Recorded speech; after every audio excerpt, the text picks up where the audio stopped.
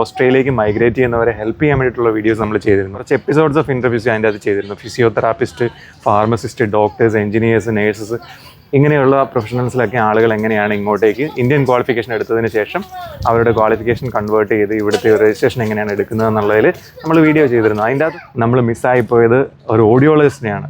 അപ്പോൾ കഴിഞ്ഞ ഒരു വർഷത്തോളമായിട്ട് നമ്മൾ വെയിറ്റ് ചെയ്തിരിക്കുന്ന മെറിലാണ് ഇന്ന് ഇൻഫർമേഷൻസ് പങ്കുവയ്ക്കുന്നത്. മെറിലെ ഹാർട്ടി വെൽക്കം. Thank you. എങ്ങനെയാണ് ഒരു ഇന്ത്യൻ ഓഡിയോളജിസ്റ്റ് ഓസ്ട്രേലിയയിൽ രജിസ്ട്രേഷൻ എടുക്കുന്നതെന്നുള്ള സ്റ്റെപ്സ് ഒന്ന് എക്സ്പ്ലെയിൻ ചെയ്യാമോ?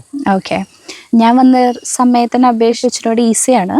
അപ്പോൾ ഞാൻ ഇപ്പോഴത്തെ പ്രൊസീജിയറാണ് ഞാൻ പറയുന്നത്. ബേസിക്കലി നമുക്ക് വേണ്ടത് 2 കാര്യമാണ്. മാസ്റ്റേഴ്സ് കംപ്ലീറ്റ് ചെയ്യുക, അതിനുശേഷം ഓസ്ട്രേലിയൻ കോളേജ് ഓഫ് ഓഡിയോളജി ഉണ്ട്, അവരുടെ രജിസ്ട്രേഷൻ എടുക്കുക. അത് നമ്മൾ വെബ്സൈറ്റിൽ പോയിട്ട് അസോസിയേറ്റ് മെമ്പർഷിപ്പ് എടുക്കുക, IELTS പാസ്സാവുക.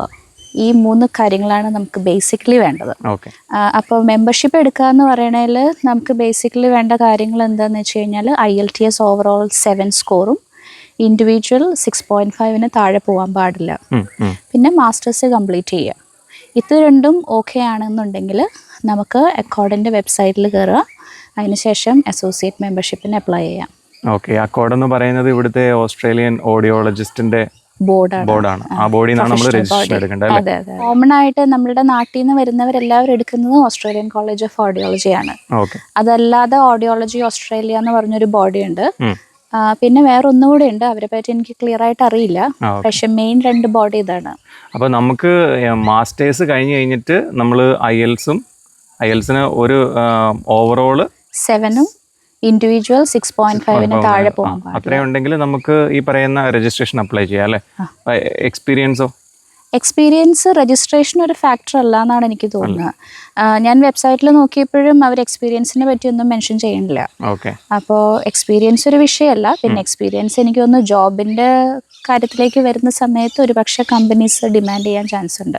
അക്കോർഡിന്റെ രജിസ്ട്രേഷൻ വൺസ് എടുത്തു കഴിഞ്ഞാൽ നമ്മൾ എങ്ങനെയാ പിന്നെ ജോബ് സെർച്ച് ചെയ്യുന്നത്?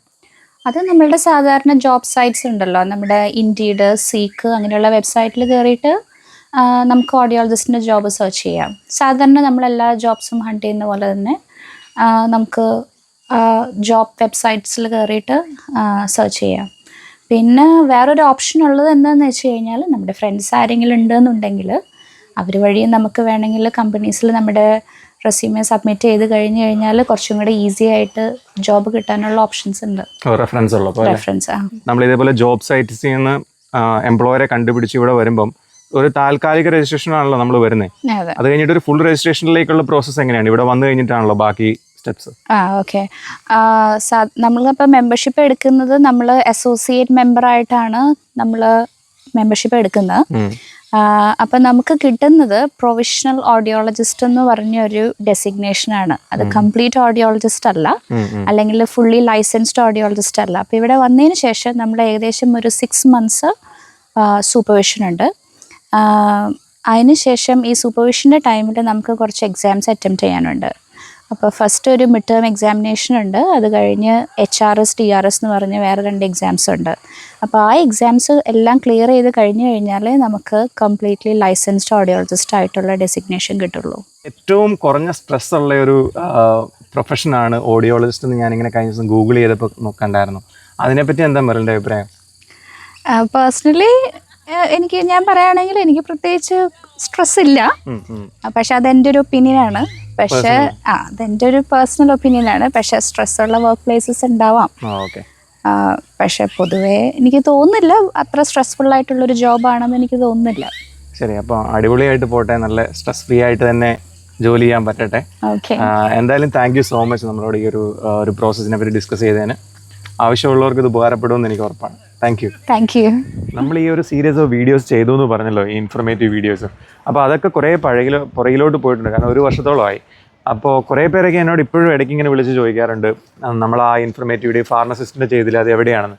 അപ്പോൾ എനിക്ക് പോലും ഇപ്പോൾ അത് ഫൈൻഡ് ഔട്ട് ചെയ്യാൻ നല്ല ബുദ്ധിമുട്ട്. അപ്പോൾ ഞാനൊരു കാര്യം ചെയ്യാം, ഈ വീഡിയോയുടെ കമൻസിൽ ഞാൻ ആ ചെയ്തിട്ടുള്ള എപ്പിസോഡ്സിൻ്റെ എല്ലാം ലിങ്ക് ഞാൻ ഈ വീഡിയോൻ്റെ കമൻറ്റിൽ ആഡ് ചെയ്യുന്നതാണ്. അപ്പം എല്ലാവർക്കും ഈസി ആയിരിക്കും. ഇൻഫർമേറ്റീവ് വീഡിയോസിനെ പറ്റി പറയുമ്പം ഓസ്ട്രേലിയക്ക് മലയാളീസ് കുടിയേറാൻ ആഗ്രഹിക്കുന്നുണ്ടെങ്കിൽ ഇപ്പോൾ ഏറ്റവും വലിയ ഇൻഫർമേഷൻ കിട്ടുന്നത് ഒരു മലയാളി സ്റ്റാർട്ട് ചെയ്തൊരു ഗ്രൂപ്പിൽ നിന്നാണ്. ഓസ്ട്രേലിയക്ക് വരാനിരിക്കുന്നവർ എന്ന് പറഞ്ഞ ഒരു ഗ്രൂപ്പ് സ്റ്റാർട്ട് ചെയ്തിട്ടുണ്ട്, ഒരു ബിനു ചേട്ടൻ ടൗൺസ്വില്ലിലുള്ള.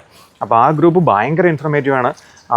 ഞാൻ ഇപ്പോൾ എന്നോടിപ്പോൾ ഒരു ഇൻഫർമേഷൻ ചോദിക്കുന്ന ആളുകളോട് ഞാൻ ആ ഗ്രൂപ്പിൻ്റെ ലിങ്കാണ് അയച്ചു കൊടുക്കുന്നത്. അതിൻ്റെ അത് ജോയിൻ ചെയ്യാനുള്ള ആ ഗ്രൂപ്പിൽ ജോയിൻ ചെയ്യാനുള്ള ലിങ്കും ഇതിൻ്റെ ഈ വീഡിയോയുടെ കമൻറ്റിൽ ഞാൻ കൊടുക്കുന്നതാണ്. കാരണം വളരെ ആധികാരികമായിട്ടുള്ള മറുപടി ഓസ്ട്രേലിയയുടെ പല ഭാഗത്തു നിന്നുമുള്ള എക്സ്പീരിയൻസ് ഉള്ള ആളുകൾ അതിൻ്റെ അകത്ത് ഒരു ക്വസ്റ്റ്യൻ ചോദിച്ചു കഴിഞ്ഞാൽ ആൻസർ കൊടുക്കുന്നതാണ്.